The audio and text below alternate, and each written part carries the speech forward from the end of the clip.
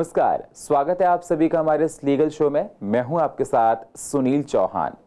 दर्शकों, हर सेगमेंट में हम एक नया मुद्दा लेकर आते हैं और आपको उससे जुड़ी हुई अहम जानकारियां देते हैं जो कि आपके लिए बेहद ज़रूरी है, और इस मंच से वो सारी जानकारियां देने का पूरा प्रयास किया जाता है जिससे आप इस विषय से संबंधित संपूर्ण ज्ञान ले सकें।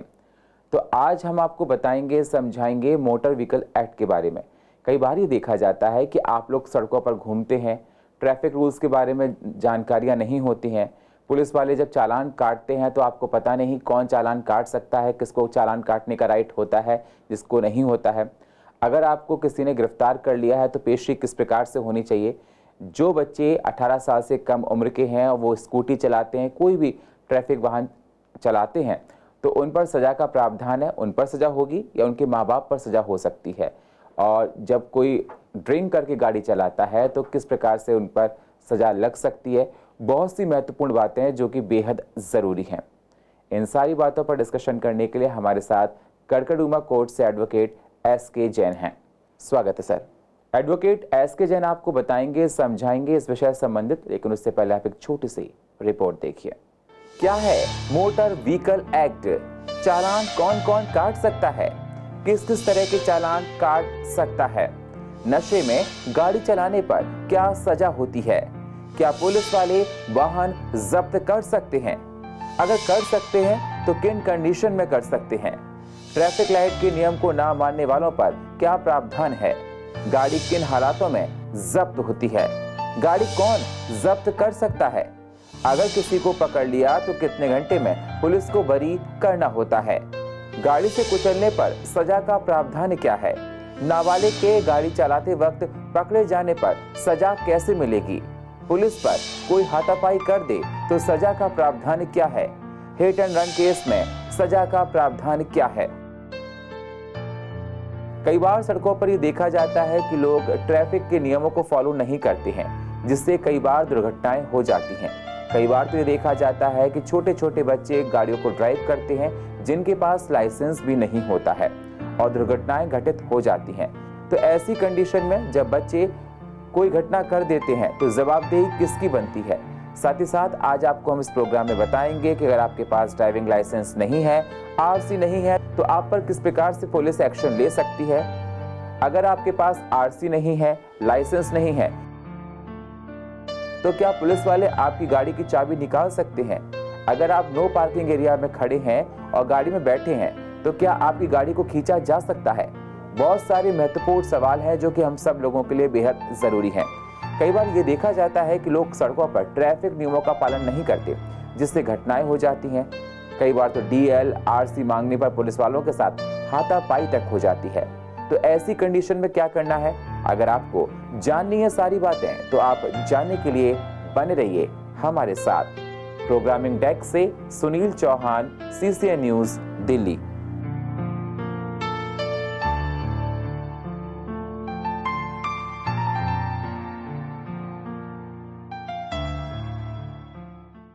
तो जैसा आपने रिपोर्ट में देखा और जानने की कोशिश की, ये विषय हमने आज इसलिए चुना क्योंकि बहुत लोगों की डिमांड आ रही थी।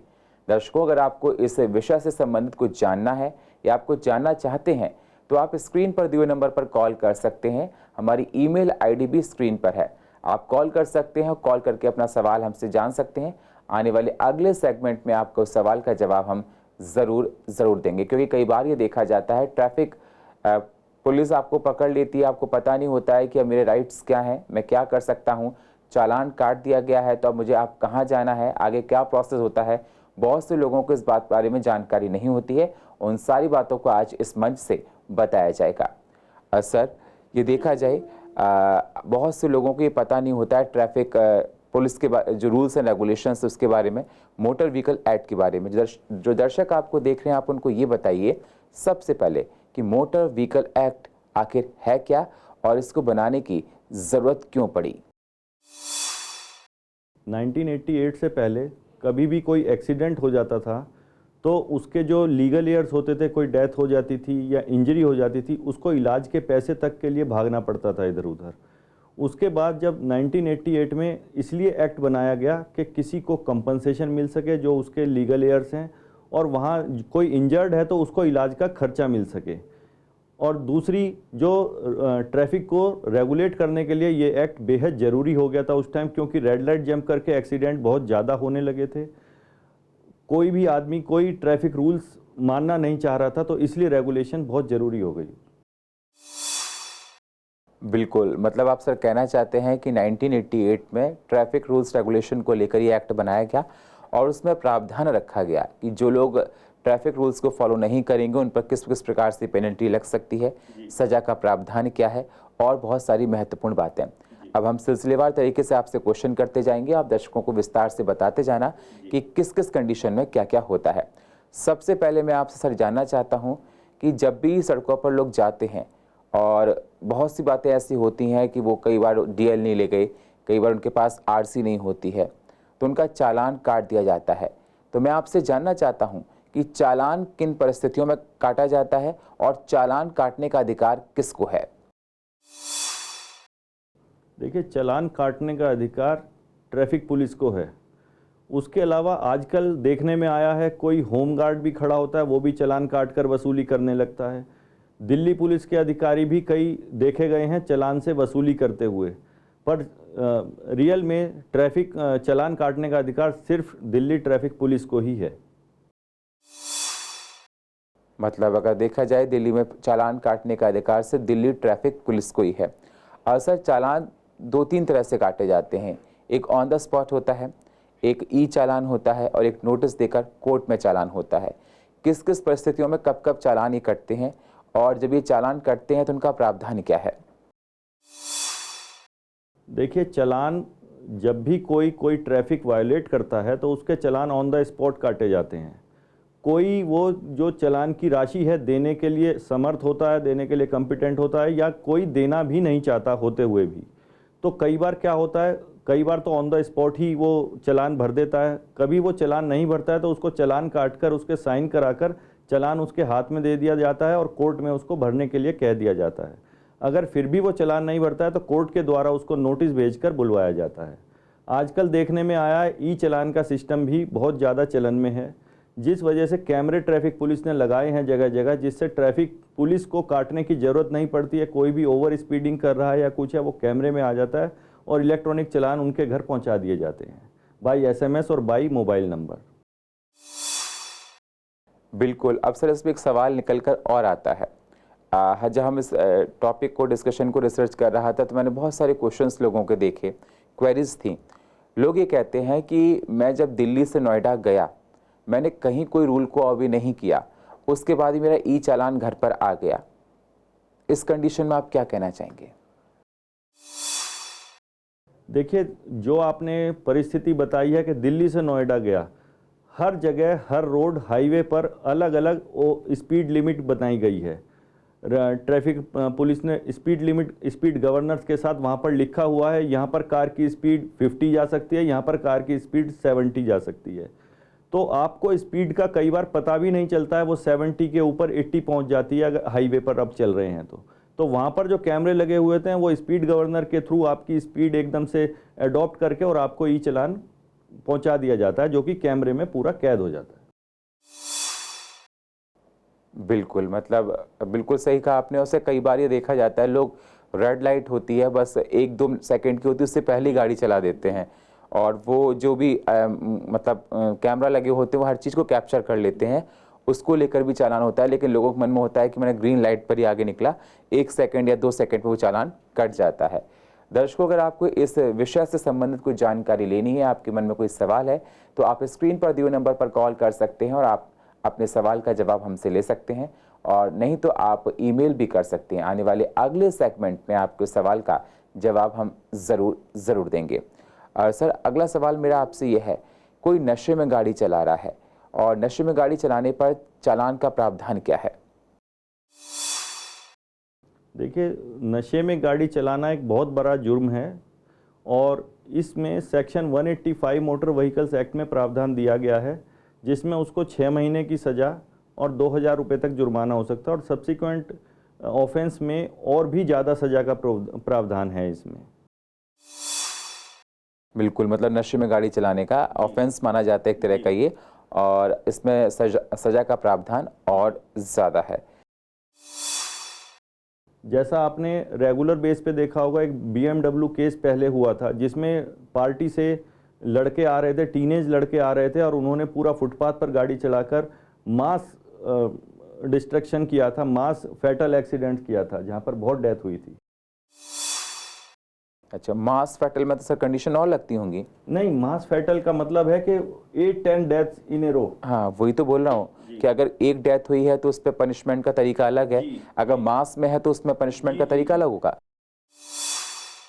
इसमें मैं आपको बता देता हूँ, जैसे रैश एंड नेग्लिजेंट ड्राइविंग आता है मोटर व्हीकल एक्ट के अंडर में, जहाँ पर किसी से गलती से गाड़ी का एक्सीडेंट हो गया, पर यहाँ पर जो ऐसे नशे में धुत होकर गाड़ी चलाकर किसी की डेथ हो जाती है तो वो रैश एंड नेग्लिजेंट ड्राइविंग के अंतर्गत नहीं आता, वो आता है culpable homicide not amounting to murder.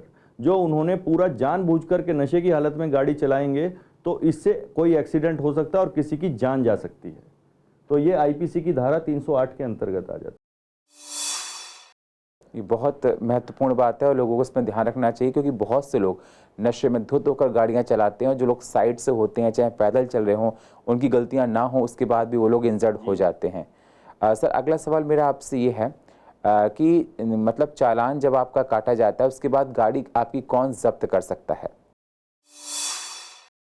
देखिए, ये ट्रैफिक पुलिस को ही अधिकार है गाड़ी जब्त करने का, और गाड़ी जब्त करने के लिए मेन जो कंडीशन होती है वो ये होती है आपके पास रजिस्ट्रेशन सर्टिफिकेट ना मिलना। क्योंकि कई बार क्या होता है, गाड़ियाँ आज के दौर में गाड़ियाँ और टू व्हीलर व्हीकल्स बहुत चोरी हो रहे हैं, जिनके पास आरसी नहीं होती तो फिर वो पकड़कर तभी उसको जब्त कर सकते हैं बिना किसी वजह के। मतलब रजिस्ट्रेशन सर्टिफिकेट होना बेहद जरूरी है, बेहद जरूरी है, और डीएल ड्राइविंग लाइसेंस होना बेहद जरूरी है। पर जब्त वो रजिस्ट्रेशन सर्टिफिकेट के केस में ही कर सकते हैं, मतलब डीएल ना होने पे चालान काट सकते हैं। जी, मतलब गाड़ी आपकी जब्त जब भी होगी जब आपके पास आरसी नहीं होगी जी। इसलिए आरसी बहुत मैंडेटरी है जी, और हर किसी को अपनी गाड़ी चलाते समय रखनी चाहिए। अदरवाइज डॉक्यूमेंट तो इसमें आरसी के अलावा डीएल, इंश्योरेंस वगैरह सारे सर्टिफिकेट बहुत जरूरी हैं, बट जब्त के केस में आरसी बेहद जरूरी है। बिल्कुल, रजिस्ट्रेशन सर्टिफिकेट आपका होना ज़रूर चाहिए। सर, ट्रैफिक लाइट को नहीं मानते हैं बहुत से लोग, मैंने बहुत बार देखा है कि रेड लाइट है उसके बाद भी जंप करके चले जाते हैं, और कई बार तो दुर्घटनाएं भी हो जाती हैं जल्दबाजी के चक्कर में। जो लोग ट्रैफिक लाइट को फॉलो नहीं करते हैं उन पर किस प्रकार का पनिशमेंट है और क्या क्या पेनल्टीज लग सकती हैं? देखिए, जनरली ये देखा गया रेड लाइट जंपिंग बहुत ज़्यादा है। रेड लाइट जंपिंग किस तरह से है, जो पहले वाली ग्रीन लाइट ऑफ होने जा रही है, येलो हुई, वो ट्रैफिक तो चलता रहेगा, अभी येलो है, और यहाँ पर इतनी जल्दी होती है, वहाँ की येलो हुई है और यहाँ की ग्रीन होने से पहले ही लोग चल देते हैं, और जिसमें एक्सीडेंट का खतरा बहुत ज़्यादा बना होता है। जहाँ पर ये रेड लाइट जंपिंग का है, पूरे चालान का प्रावधान है इसमें और सज़ा का भी प्रावधान है साथ में। वो डिपेंड करता है केस टू केस, क्या कितनी ज़्यादा नेग्लिजेंसी थी उसका, उस तरह से जज उस पे फाइन करते हैं या सज़ा भी कर सकते हैं। मैंने देखा है कि कुछ जजेस ने बहुत ज़्यादा नेग्लिजेंसी देखते हुए 1-2 दिन की सज़ा भी की है। मतलब जब कोर्ट में आप जाते हैं, इस मसले पर डिस्कशन होता है, जज के सामने पेशी होती है, तो ये देखा जाता है कंडीशन किस प्रकार से थी, उसके बाद ही उस पर रिजल्ट दिया जाता है। और सर, अगला सवाल मेरा आपसे ये है, कई बार ये देखा जाता है बहुत से बच्चे 18 साल से कम उम्र के सड़कों पर देखा जाता है स्कूटी चलाते हैं, और वो लोग ट्रैफिक को मतलब पुलिस के रूल्स को अभी नहीं करते हैं, मतलब ना उनके पास हेलमेट होता है। पहली बात तो सबसे बड़ी बात यह है कि 18 साल से कम उम्र के बच्चों को व्हीकल कोई चलाने का राइट नहीं होता है, उनके पास डीएल नहीं होता है। उसके बाद भी देखा जाता है कि वो चलाते हैं, उसके बाद जो लोग एक्सपीरियंस्ड हैं या जो लोग ऐसे हैं जिनको चलाने का अधिकार है, उनका एक्सीडेंट हो जाता है, कोई भी इंसिडेंट हो जाता है। मैं आपसे जानना चाहता हूँ, अगर बच्चे ऐसी हरकत करते हैं तो उनके लिए सज़ा का प्रावधान है, क्या उनके पेरेंट्स पर सज़ा होती है? और बच्चे अगर कोई व्हीकल चलाते हैं तो बच्चों के लिए कौन सा व्हीकल, मतलब एक देखा जाए ट्रैफिक पुलिस के अकॉर्डिंग उनके लिए मतलब ठीक बताया जाता है? देखिए, पहली बात, मोटर व्हीकल एक्ट के हिसाब से 18 साल से कम बच्चों को व्हीकल चलाने की परमिशन ही नहीं है। 18 साल से कम के लिए के बच्चों को डीएल नहीं दिया, ड्राइविंग लाइसेंस ही नहीं दिया जा सकता, और ड्राइविंग लाइसेंस के बिना मोटर व्हीकल नहीं चलाया जा सकता। मोटर व्हीकल की जो 50 क्यूबिक सीसी के व्हीकल्स होते हैं, उससे कम के व्हीकल चला सकते हैं बच्चे, वो भी 16 से ऊपर के, जिनमें मोटर इंजन होता है वो 50 सीसी से नीचे का होता है। वो भी 16 साल से। और आपने एक सवाल पूछा कि उसमें सजा का क्या प्रावधान है। देखिए, सबसे पहले सेक्शन 3 और 4 के तहत मोटर व्हीकल एक्ट के, उसमें ऑनर की गलती मानी जाएगी। ऑनर ने उसको परमिट ही क्यों किया, वो जो पूरे ट्रैफिक का क्राइटेरिया पूरा नहीं करता, उसके पास डीएल नहीं है, वो उसको चलाने की परमिशन ही नहीं दे सकता ऑनर। तो इसके लिए सजा का प्रावधान ऑनर के ऊपर ज़्यादा है और उसको 2 चालान भरने पड़ेंगे। पहला तो ये कि उसने किसी को क्यों दिया, दूसरा उसने जो ऑफेंस करा वो भी उसको ही भरना पड़ेगा। बिल्कुल, मतलब जो उसका ऑनर है, क्योंकि बच्चे के नाम पे गाड़ी नहीं हो सकती है, तो पेरेंट्स को इसको भरना पड़ेगा और सज़ा भी उनको ही हो सकती है। इसलिए बच्चों पर पेरेंट्स ज़्यादा ध्यान दें। जिस प्रकार सर बता रहे हैं कि अगर कोई बच्चा कोई घटना करता है तो पेरेंट्स की जिम्मेदारी बनती है और सज़ा का प्रावधान उन्हीं पर लगता है। अगला सवाल सर मेरा आपसे है, कई बार ये देखा जाता है कि जैसे गाड़ी रोकी, हेलमेट नहीं था, कोई भी चीज़ नहीं थी, तो पुलिस वाले चाबी निकालने लगते हैं कि आपकी बाइक की, आपकी स्कूटी की चाबी निकालने, पकड़ने लगते हैं। क्या पुलिस वालों को राइट होता है कि किसी गाड़ी की चाबी निकालने? दूसरा सवाल इसी मेरा आपसे है, कई बार देखा जाता है कि रॉन्ग पार्किंग कर दी जाती है और कहते हैं कि गाड़ी के अंदर वो बैठे हैं और क्रेन से गाड़ी क्या खिंच सकती है। क्या कोई गाड़ी के अंदर बैठा है रॉन्ग पार्किंग में भी, तो क्रेन वाले के गाड़ी को उठा सकते हैं? ये 2 सवाल हैं। जी, पहला सवाल है आपका 2 व्हीलर से चाबी निकालना। देखिए, ट्रैफिक पुलिस को सिर्फ कोई भी ट्रैफिक वायलेट करता है उसके लिए, ऑफेंस के लिए, उसका as per motor vehicle act उसको चालान काटना उनको ऑथराइज है। सिर्फ किसी की चाबी नहीं निकाल सकते as per motor vehicle act. दूसरा सवाल है, कोई भी नो पार्किंग में गाड़ी खड़ी है और उसमें ड्राइवर बैठा हुआ है तो क्या क्रेन उसको उठा सकती है? देखिए, क्रेन बिल्कुल नहीं उठा सकती कोई गाड़ी में बैठा है। हाँ, नो पार्किंग का चालान उसका बैठे बैठे जरूर कर सकती है, जो उसको भरना पड़ेगा। बिल्कुल, मतलब नो पार्किंग में चालान हो सकता है, लेकिन गाड़ी के अंदर अगर कोई बैठा है तो क्रेन उस गाड़ी को नहीं उठा सकती है। और कोई भी आपका 2 व्हीलर है, आपका पुलिस चाबी निकालने का अधिकार उनको नहीं होता है। अगला सवाल सर मेरा आपसे ये है, अभी रिसेंटली मैंने देखा कि संगम विहार की घटना है। रॉन्ग साइड से 3 लोग आ रहे थे, एक जेंट्स था और 2 लेडीज़ थी। और क्या कहते हैं, जब पुलिस वालों ने उनको रोका तो पुलिस वाले के कहने पर वो नहीं रुके, ट्रैफिक पुलिस वालों पर। और जब पुलिस ने आगे जाके रोका तो तीनों लोगों ने पुलिस के साथ अभद्र व्यवहार किया, उनके साथ गलत व्यवहार किया, बदतमीजी बात की। ऐसी कंडीशन में आप क्या होता है जब किसी के समझाने पर, कोई ट्रैफिक पुलिस वाला आपको समझा रहा है ये गलत है, आप यहाँ से मत जाइए, कोई दुर्घटना हो सकती है, उसके बाद भी लोग उनके ऊपर ही अत्याचार करते हैं, उनके ऊपर ही प्रहार कर देते हैं, तो ऐसी कंडीशन में किस प्रकार की सजा का प्रावधान लगता है ऐसे लोगों पर? देखिए, ऐसी घटनाएं अक्सर सुनने में आई हैं। यहाँ पर ट्रैफिक पुलिस हो या कोई भी गवर्नमेंट ऑफिशियल हो, कोई भी किसी को समझा रहा है और वो उस पर प्रहार कर देता है या उसके साथ बदतमीजी करता है, तो इसके लिए आईपीसी में इसको ऑफेंस माना गया है और ये 186, 332 और 353 के तहत आता है, जहाँ पर उनको सजा हो सकती है। 186 सरकारी काम में बाधा डालना और सरकारी काम में बाधा डालते हुए उनको इंजरी पहुँचाना, ये सारे सेक्शंस उसमें लगते हैं। बिल्कुल दर्शकों, अगर आपको ट्रैफिक पुलिस से जुड़ी हुई कोई जानकारी लेनी है, आपको रूल्स एंड रेगुलेशन को लेकर, तो आप स्क्रीन पर दिए हुए नंबर पर कॉल कर सकते हैं। आप हमको ईमेल भी कर सकते हैं। आने वाले अगले सेगमेंट में आपकी इस परेशानी को हम ज़रूर उठाएंगे। अगला सवाल सर हमारा आपसे ये है कि पुलिस वाले को पता है कि ये गाड़ी आपकी है और इस गाड़ी के डॉक्यूमेंटेशन पूरे नहीं है, इसकी कंडीशन खराब है, ना इसका इंश्योरेंस हो रखा है, तो कौन गाड़ी को जब्त कर सकता है और गाड़ी को किस कंडीशन जब्त कर सकता है, किसको अधिकार होता है गाड़ी को जब्त करने का? देखिए, जैसा मैंने अभी बताया, ट्रैफिक पुलिस ही उसको जब्त कर सकती है। जहाँ तक ये आपने बताया कि ये इंश्योरेंस नहीं है, मान लीजिए कई बार दिल्ली पुलिस भी इस चीज़ का अधिकार रखती है कि वो traffic for the safety of others preventive action के लिए गाड़ियाँ चेक कर सकती है, और उसमें उसको अगर पेपर्स पूरे नहीं मिलते तो वो भी अपना पूरा प्रोसेस करके उसको जब्त करने की कार्यवाही कर सकती है। मतलब जब्त डॉक्यूमेंटेशन अगर आपके इनकम्प्लीट हैं जी तो उस पर कार्रवाई हो सकती है। जी, डॉक्यूमेंटेशन इनकम्प्लीट है या कोई और ऑफेंस गाड़ी में कर रहे हैं या गाड़ी में लिखकर उससे ज़्यादा ले जा रहे हैं या कोई भी ऑफेंसिव चीज़ उसमें रखी हुई है, मान लीजिए हथियार रखे हुए हैं, इंटॉक्सिकेटिंग सब्सटेंस रखे हुए हैं, तो उनको दिल्ली पुलिस को भी पूरी अथॉरिटी है गाड़ी को जब्त करने की। बिल्कुल, बस ये देखना चाहिए कंडीशन किस प्रकार की है। अगला सवाल मेरा सर आपसे, आपने सारी बातें बहुत अच्छे से बता दी। अगला सवाल मैं आपसे करना चाहता हूँ, कई बार ये देखा जाता है कि गाड़ी में गड़बड़ी पाने पर अरेस्ट कर लिया जाता है। अरेस्ट कितने समय तक किया जाता है? अरेस्ट करने के बाद पेशी कहाँ होती है? देखिए, अरेस्ट उसी कंडीशन में किया जाता है जैसा अभी आपने बताया कि पुलिस से बदतमीजी कर रहे हैं, पुलिस को मार रहे हैं या शराब पीकर गाड़ी चला रहे हैं फिर बदतमीजी कर रहे हैं, तो उसके 24 घंटे के अंदर पुलिस को कोर्ट में पेश उसको करना जरूरी है, जरूरी करना पड़ेगा 24 घंटे मजिस्ट्रेट के सामने पेश करना पड़ता है 24 घंटे के अंदर, मतलब पुलिस मजिस्ट्रेट के सामने पेश करेगी, उसके बाद आगे का रास्ता निकलेगा। सर अगला सवाल मेरा आपसे यही है कि गाड़ी से कई बार ऐसा होता है कि इरादतन हत्या होती है और कई बार होता है गैर इरादतन हत्या होती है। गाड़ी से कुचलने पर दोनों कंडीशन में सजा का प्रावधान क्या है?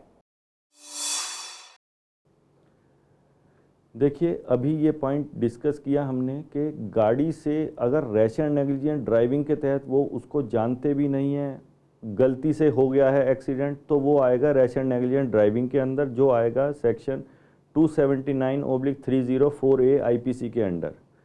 अगर उसमें ये कहीं भी पता चला कि ये इसका उसने कंप्लेंट दे रखी हो मेरी हत्या हो सकती है, या उसका ये पता चले कहीं से भी कि ये जो आदमी या व्हीकल जिसने मारा है उसने किसी से करवाया है, तो ऐसे कंडीशन में 308 आईपीसी 30 अगर उसकी हत्या हो जाती है तो 302 आईपीसी के अंडर आएगा, और अगर उसकी गैर इरादतन हत्या होगी तो 307 आईपीसी के अंडर में आएगा। ओके, मतलब 302 आईपीसी और 307 जी, ये दो आपके अगर बच जाता है तो 307 आईपीसी में आएगा अटेम्प्ट टू मर्डर, अगर नहीं बचता है किसी वजह से हत्या हो जाए तो 302 आईपीसी। सजा का प्रावधान ये है। बिल्कुल सर, आपने बहुत बताया अच्छे से। लेकिन सर अगला सवाल मेरा आपसे ये है कि कई बार ये देखा जाता है, दिल्ली क्या बहुत से शहरों में इंडिया के हिट एंड रन केसेस आते हैं। अभी 2-3 दिन पहले की बात है, मैंने देखा कि एक स्कॉर्पियो वाले से एक रेड लाइट पर किसी बाइक वाले का इशू हो गया कि मतलब आप आगे जा रहे थे कि आपकी गलती थी, आपने स्क्रैच गाड़ी कुछ भी कर दिया, फिर आगे चलकर देखा तो स्कॉर्पियो वाले ने बाइक वाले को टक्कर मार कर निकल गया, वो गिर पड़ा। तो ऐसी कंडीशन में हिट एंड रन केस में आप क्या कहना चाहते हैं? देखिए, ये हिट एंड रन केस नहीं होगा, ये तो जानबूझकर हिट किया गया है और उसके बाद रन किया गया है। ऐसे केस में अगर कोई भी आई विटनेस मिल जाता है जिसने गाड़ी नंबर देखा हो या खुद जो इंजर्ड है वो गाड़ी नंबर बताता है, तो उसको रेलेवेंट सेक्शंस के अंदर बुक किया जाएगा, जैसा अभी हमने डिस्कस किया। और sir hit and run case में क्या देखा जाएगा? देखिए, हिट एंड रन केस में जिसमें गाड़ी का नंबर ही नहीं है तो उसमें मोटर व्हीकल एक्ट अप्लाई करना ही मुश्किल होगा।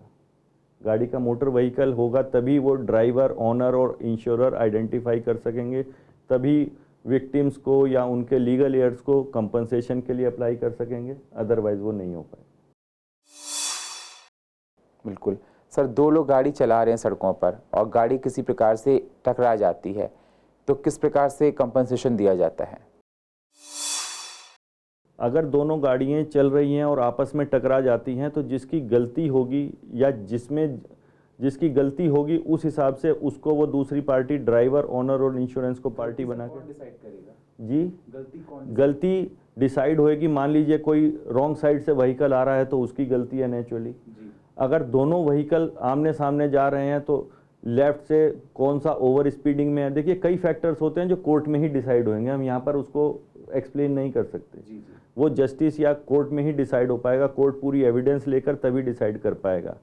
बट जैसा भी जो गलती को अभी हम ना मानते हुए हम ये कहेंगे उसमें फैटल एक्सीडेंट हुआ, एक गाड़ी के जो ऑक्यूपायर हैं, पैसेंजर्स हैं, उनको ज़्यादा चोट लगी तो वही विक्टिम्स माने जाएंगे फिलहाल। जी सर, बहुत बहुत शुक्रिया एसके जैन जी, आप हमारे इस मंच पर आए, अपने बहुत महत्वपूर्ण विषय पर चर्चा की और दर्शकों को बताया, समझाया मोटर व्हीकल एक्ट के बारे में और बताया कि किस प्रकार से अगर आप ऐसी गलतियां करते हैं तो आप पर पनिशमेंट इस प्रकार से आपका सजा का प्रावधान है। बहुत बहुत शुक्रिया सर। तो देखा आपने, एडवोकेट एस के जैन ने आपको बताया, समझाया ट्रैफिक रूल्स एंड रेगुलेशन के बारे में, मोटर व्हीकल एक्ट के बारे में, चालान किस प्रकार से कटता है, कब कटता है, क्या क्या सजा का प्रावधान है। और जो बच्चे 18 साल से कम उम्र के हैं वो गाड़ी को चलाते हैं, स्कूटी चलाते हैं, कुछ भी चलाते हैं, तो सजा उनके पेरेंट्स को भी हो सकती है। तो इस विषय से संबंधित हमने बहुत महत्वपूर्ण जानकारियाँ आपको दी। इसलिए जो लोग गलतियाँ करते हैं, इस प्रोग्राम के बाद उम्मीद है वो गलतियाँ नहीं करेंगे, क्योंकि अगर ज़रा सी लापरवाही में दुर्घटना घटित हो जाती है तो उद्देश्य यही था इस प्रोग्राम का कि आप लोगों को थोड़ी सी नॉलेज इस विषय से संबंधित मिले, जिससे बहुत सारी जो मिस्टेक्स हम लोग करते हैं जाने अनजाने में वो ना हो। और फिलहाल हमारे इस खास प्रोग्राम में इतना ही। बाकी खबरों के लिए आप बने रहिए CCN के साथ। तब तक के लिए नमस्कार।